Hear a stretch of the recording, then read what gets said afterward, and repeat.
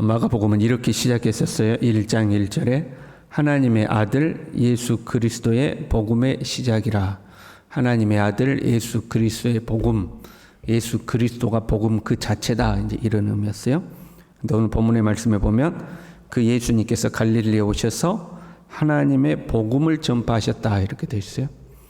하나님의 아들 예수 그리스도의 복음의 시작, 예수 그리스도가 복음으로 오셨는데 그 예수님은 어떤 복음을 가지고 오셨냐면 하나님의 복음을 가지고 오셨다는 거예요. 구도가 그렇죠. 예수 그리스도가 복음 그 자체인데 예수님은 하나님의 복음을 가지고 오셔서 전파하신 거예요. 그 하나님의 복음의 내용이 뭐예요? 때가 찼고 하나님의 나라가 가까이 왔으니 회개하고 복음을 믿으라. 하나님의 복음을 전파하셨는데 그 내용이 때가 찼고 하나님의 나라가 가까웠으니 회개하고 복음을 믿으라. 거기에 또 복음이 또 들어가 있죠.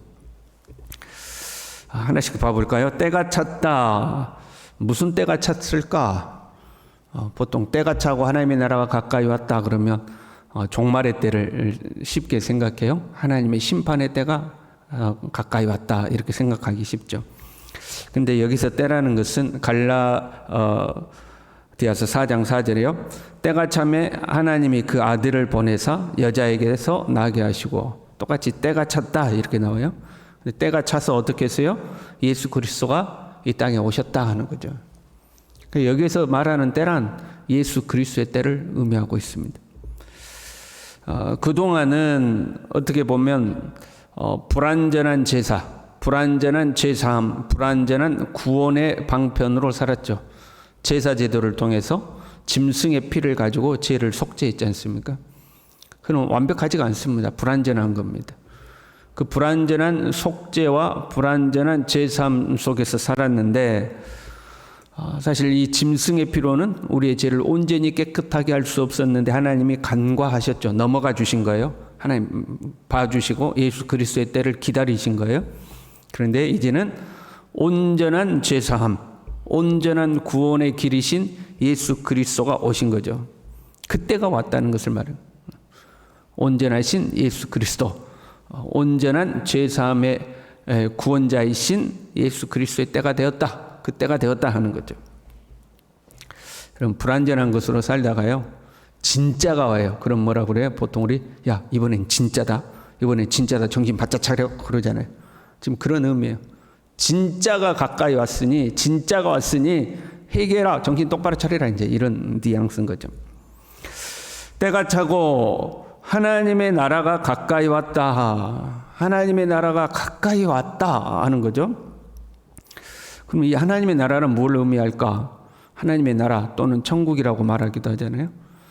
이 하나님의 나라를 생각할 때에 물리적 장소로 생각하기도 해요. 그러면 하나님의 나라는 황금길에 진주문에 각종 보석이 있는 곳이 이제 하나님의 나라죠. 물리적 공간으로서는요. 정서적 장소로 생각하면 슬픔이 없습니다. 눈물이 없습니다. 애통하는 것이 없습니다. 기쁨이 가득한 곳입니다. 그곳이 하나님의 나라입니다. 우리는 이제 그런 하나님의 나라에 대한 기대가 크죠.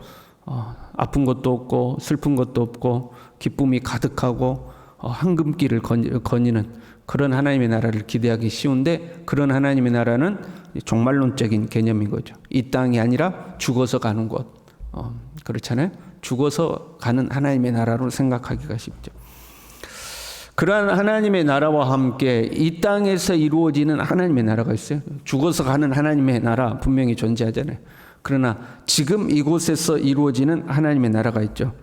그것은 하나님의 통치가 이루어지는 곳이 곧 하나님의 나라죠. 하나님의 나라는 하나님의 통치, 이렇게 기억해야 되죠.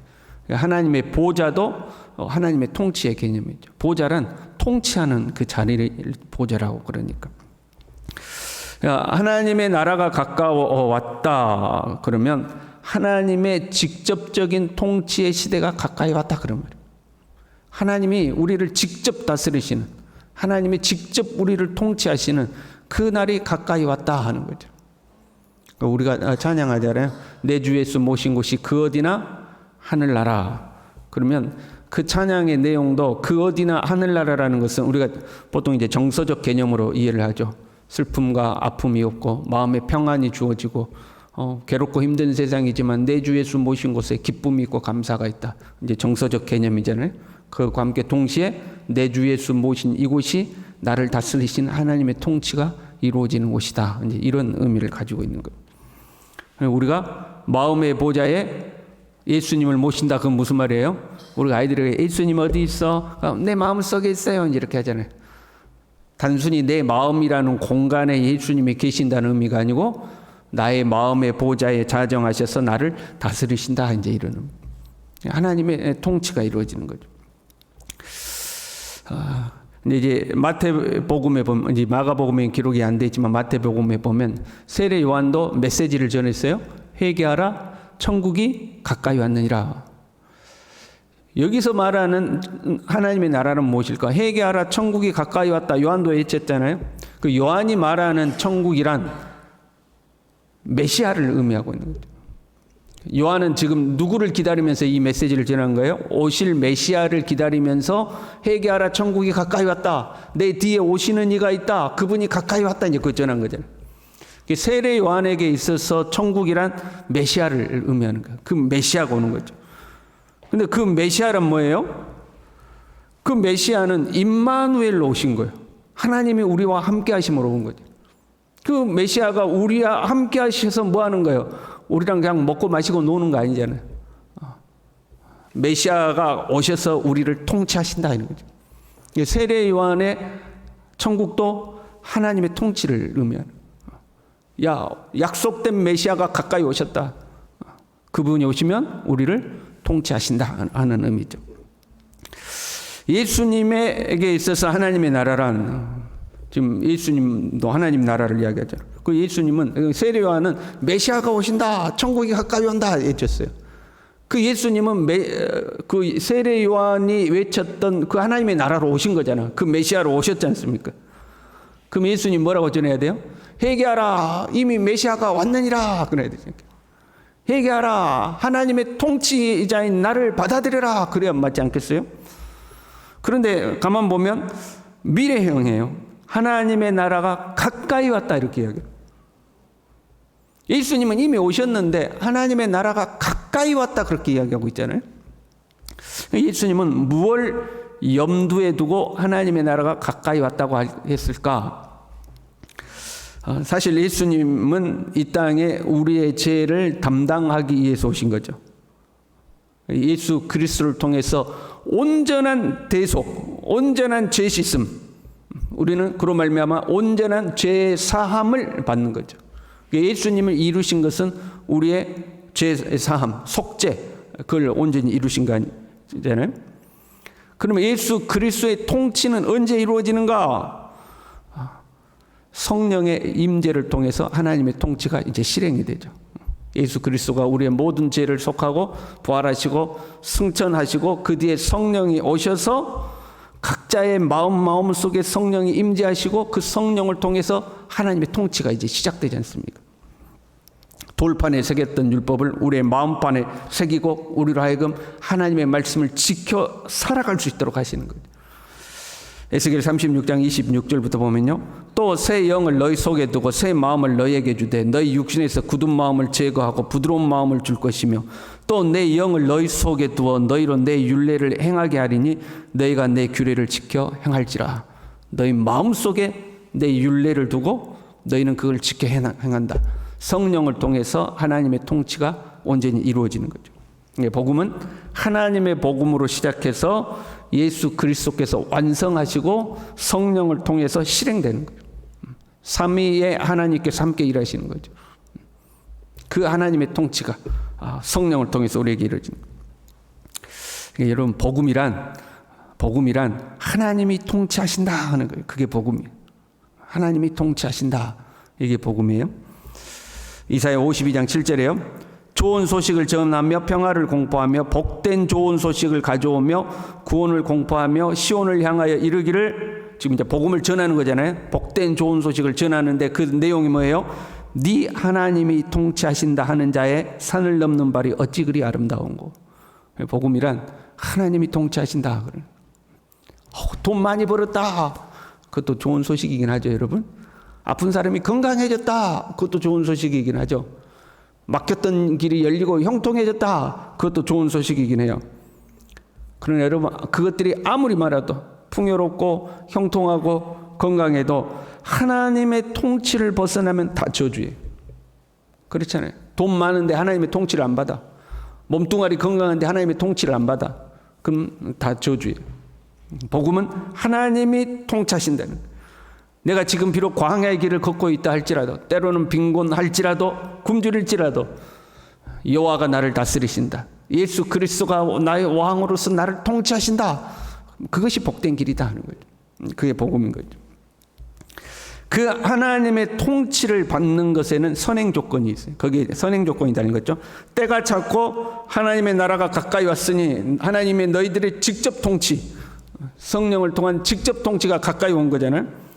그 다음에 어떻게 해요? 회개하고 복음을 믿으라 그래요. 선행 조건이 기록되어 있죠. 회개를 선행 조건으로 하고 있어요. 회개해야 된다는 거예요. 사도행전 2장 38절에도요. 너희가 회개하여 각각 예수 그리스도의 이름으로 세례를 받고 제사함을 받으라. 그리하면 성령의 선물을 받으리라. 회개해라. 그리고 성령의 선물을 받으라. 그 성령께서 너희를 통치하고 다스리실 것이다 하는 거예요. 그러면 회개란 뭐예요?